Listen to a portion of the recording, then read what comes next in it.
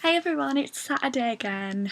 I hope you're all doing well. Just going to tell you a little bit about my week before I start because I've got a really good topic that I'd like to focus on today. A little bit about my week. Monday was really good, like my weekend before it was alright. And then on Tuesday, because I've still got the cold hanging over me, but on Tuesday just wasn't right at all. Like I had to leave lessons early. I felt like I was gonna just vomit everywhere. I felt absolutely horrible. Actually, I did that on Monday as well. Um,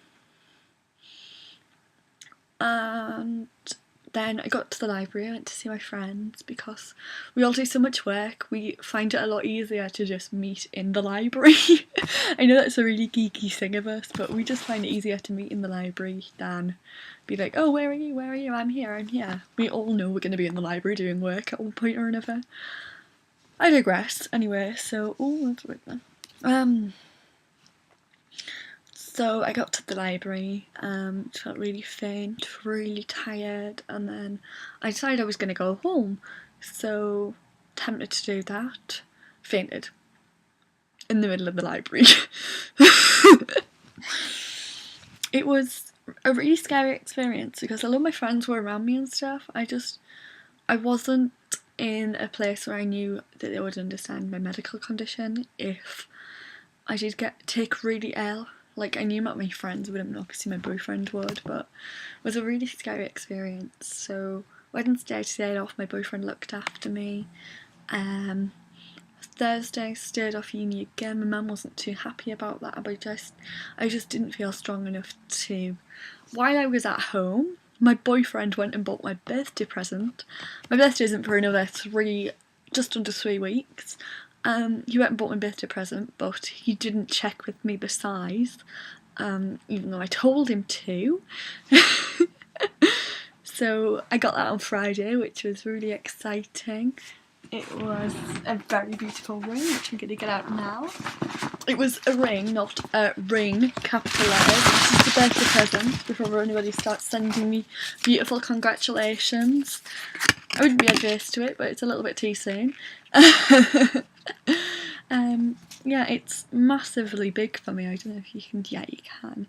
It's massively too big for me, but it's so gorgeous. So on Friday we just had a really lovely day. We took that to the shop and got it resized and stuff like that, and went for dinner. And then today I've been in bed all day, as you can tell by my beautiful hair, and couldn't give an F makeup.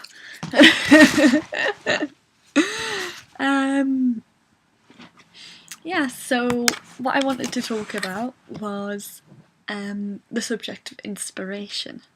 This all started because this morning I was directed to Amanda Palmer's TED Talk, and she is a really inspirational writer, musician, artist, and she's just got such a not giving a fuck attitude that it's just so. I don't know.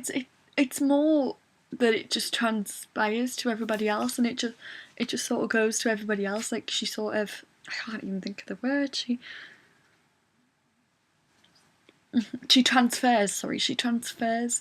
Just her such loving, warm, but also I don't give a shit what you say about me attitude, which I think is ridiculously inspiring. Like, I do try to be like that as much as I can in life, but things get to you, so it can be hard in that respect. So yeah, I watched her video, and then that led me to a video by an Australian snow sports athlete. Well, she was a snow sports athlete. I think she was a skier, called Janine Shepherd.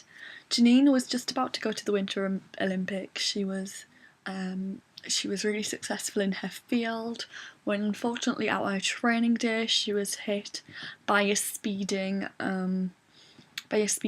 heavy-duty truck.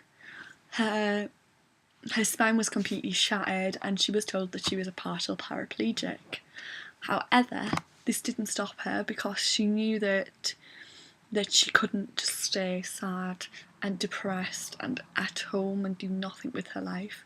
She decided that she was going to get better, that she was going to try and fight, and she became a pilot. I think she became an aerobic pilot. Yeah, so she gave a really inspiring TED talk, and I'm going to link hers and Amanda's down below. But I just wanted to tell you my favourite quote from it. It goes, "It wasn't until I let go of the life that I thought I should have, that I was able to embrace the life that was waiting for me." And although Janine's illness is a physical illness, I think this talk really transfers well to people who do have chronic illness, because when you are first diagnosed and when you're coming to terms with your illness, you do go through a lot and you don't realise how much you have to give up. But it's when you sit there and you go, right, okay, this is what I'm going to do, I can't stop living my life, that you finally think, okay, I've got so much more than I can do. What can I do? I can do this in my life. I can do this. I've always wanted to do this, but I never thought I could. It's then that you think you can. You know, you completely rebuild your life. I did, and it's an experience. So from that, I started to think a lot about inspiration. I'm inspired absolutely every day in the short term, and I'm inspired a lot in my goals in life and the things I want to do in life. And yeah, I'm just inspired a massive deal. I'm inspired by art, I'm inspired by music. There are some musicians that really, because I think it's because I'm more of a creative writer, so quotes and lyrics mean a lot to me. I have tattoos which are all, I just went to the wrong arm for my tattoo. I have tattoos which are all quotes. I have fate, remember the stars. I've got one on my foot that says everyone deserves a chance to fly, and I've got one on my side that says it's not how you leap, it's how you land. And these are all different quotes from different things. I might explain that a little bit more down below. But also my friends inspire me a lot. I'm so lucky to have such a massive group of friends. That makes me sound like, oh my god, I've got so many friends. No, I have. I've got friends all over the world who I know that would support me and that have supported me, and when I'm feeling a bit down, tell me that I can do this and show me through their own achievements that I can do pretty much anything I want to. So they inspire me a whole lot. My downfalls and my enemies inspire me, because I've got the sort of attitude where it's like, well, you don't think I can do this, let me show you that I can. There's a quote that I've got on my notice board saying, I can and I will, watch me, which I think is very relevant. I've got this sort of attitude where somebody tells me that I can't do something, I will go, oh, can't I? I think I can. And do anything to prove them wrong, whether it's for the good. Sometimes it's not always for the best, but especially when it is something that I think will help me, I will go, well, you think I can't? I'll show you I can.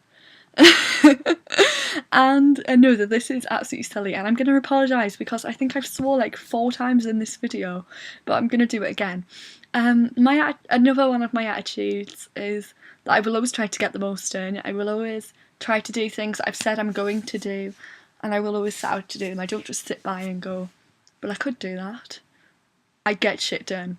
And that became my slogan of first year of university, get shit done. And I think, it's actually on this hoodie, except it says get stuff done, because it's a university hoodie, that's why I'm covering the logos up, sorry. It's a university hoodie and it says get stuff done, because it was frowned upon to have the word shit on my university hoodie. So yeah, I asked my friends about, I've been talking about inspiration a lot to my friends today, so I asked my friends what they thought about inspiration and what inspired them, and I've got a few comments I'd like to read out. My friend Kat, who is like my sister, she's the best person I've ever met in my education. We're ridiculously close. We see each other pretty much every day. Sometimes I see her more than my boyfriend at university, and it's really nice because we've both got boyfriends at the minute and we hang out quite a bit as a group. So Kat being Kat started with, I guess this might sound a bit strange, but possibility inspires me. she didn't expand on that, but I think it means the possibility that things could change and things could be different from the different ways that you take it. And of course, she added, and you guys, my friends, inspire me. Anytime I have support, I feel inspired, which is exactly how I feel. Another one of her friends, who I can't name, and I think it'll become apparent that I can't name her, has commented this. I find that having a good group of friends inspires me. I'm glad to have an environment where I'm not judged and can be myself around you. I asked her to expand on that because I knew what was coming and checked that I could mention this before I did. I'm forever glad that I could scream "I'm gay" at you all whilst very drunk and still be supported and taken seriously. And that's just our group in an absolute nutshell. Nothing that anybody does. Like, we all know pretty much the worst about everybody else, and we know the bad things they've been through, the good things they've been through, but we know what should and shouldn't be mentioned. We do make a lot of jokes about stupid things that have happened in our past, but we know what should and shouldn't be mentioned, you know. Very lucky to have them. Moving on to my boyfriend, and this is major soppy relationship alert. I think what inspires me every day to do better, to be better, is to impress you. Meaning me. For a lot of guys in love, it's the same. Some of the world's greatest things were made because someone wanted to impress the person they love. Ah. And then I posted a status about inspiration on Facebook, and a friend of my boyfriend, Mandy, wrote, "When I'm inspired, it makes me feel creative. Whether it's just a quick doodle or a full-on character design or whatever, it all starts with a little spark of inspiration. Without inspiration, all the great artists, musicians, etc. would probably never have bothered to do what they do, or did. And the world would probably be a far less interesting place to live. I think that's what makes inspiration a pretty important thing." And I think that is an excellent, is an absolutely excellent comment, I really do. I agree with that a lot.